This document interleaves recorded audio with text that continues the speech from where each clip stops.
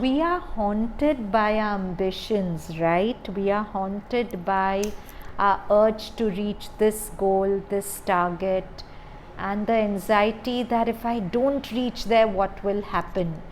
But Mother's giving us such a beautiful solution. Be simple, simply good-willed, and do the best you can in the best way possible. Not to build anything very considerable. So don't be a slave of your ambitions, is what she's saying. But only aspire for progress. We want outer progress, outer status. But Mother says aspire for inner progress, for light, a peace full of goodwill.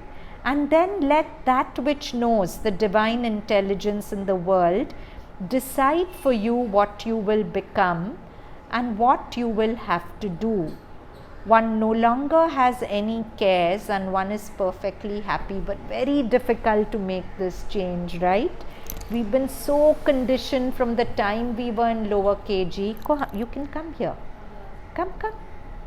We are so conditioned from the time we are young that you have to get this grade, you have to get this rank, you have to be better than others, that it becomes our goal in life, that I'll kill myself, I'll go to pieces, let my body get damaged, let my emotions go to pieces, but I must achieve that goal, I must be better than others, whatever.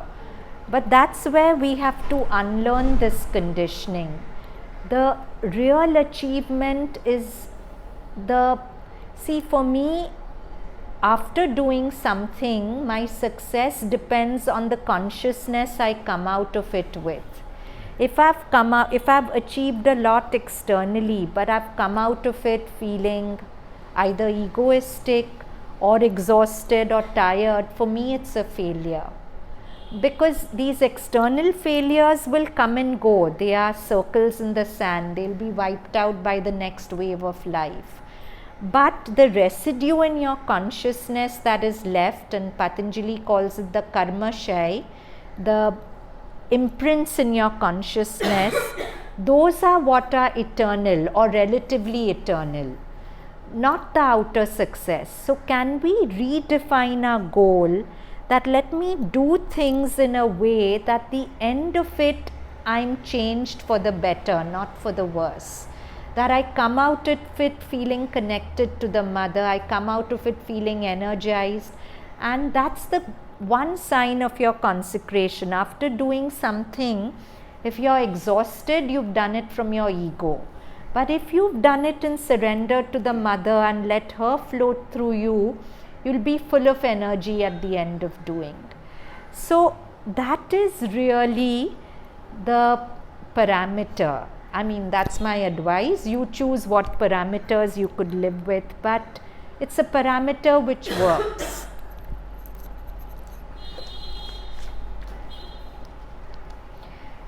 So that's what she's saying. Do what you have to the best you can, and let that which knows in the world decide for you what you will become and what you will have to do. One no longer has any cares and one is perfectly happy. Question: Mother, how can one learn of pure delight? Mother says, first of all, to begin with, one must, through an attentive observation, grow aware that desires and the satisfaction of desires give only a vague, uncertain pleasure, mixed, fugitive, and altogether unsatisfactory. That is usually the starting point. So all our lives is about fulfilling desires, right? And that's not wrong. And yet the Buddha in his Four Noble Truths has said the key to lasting happiness is overcoming desires, but not suppressing them. Sri Aurobindo's way is never a way of suppressing desire, because that dries up the vital. And Sri Aurobindo says the vital is very important in my yoga. I don't want dried, shriveled up vitals. I want a transformed vital. So, a mother saying that to begin with, you will realize that to start with, your goal will be, I want this, if I get it, I'll be happy. So all my life energies move towards getting it, which is fine. But very often you'll find that if you don't get it, you go to the other end of being miserable. And if you get it, you get attached to it, you want it again and again, and when it's not there, you are unhappy. So mother says this is the starting point, when you realize that yeah, our fulfillment of desire is really worth chasing. It's one more pleasure, one more pain, it's one more circle in the sand which will get washed away. So that's the starting point. Mother says, then if one is a reasonable being, and she's saying this is all intelligent, it's spiritual logic.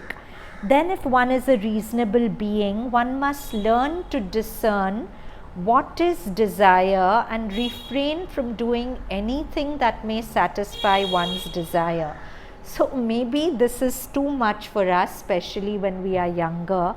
But at least some desires which are not very important, try not to fulfill them, but in a conscious way, not by suppressing them. One must reject them without trying to satisfy them.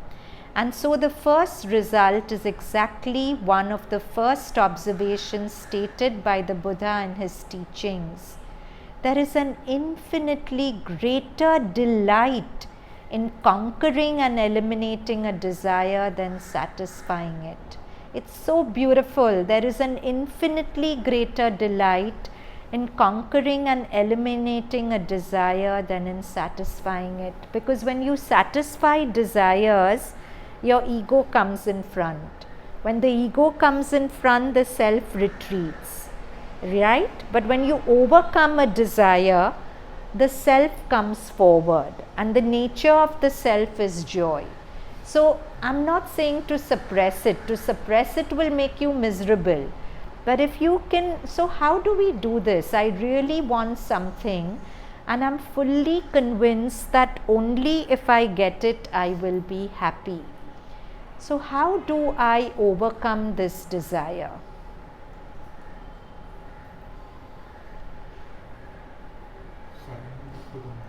One way is surrender it to the mother. You can honestly tell her, mother, I want this, but I know that once I've told you this, if it's good for me, you'll give it to me.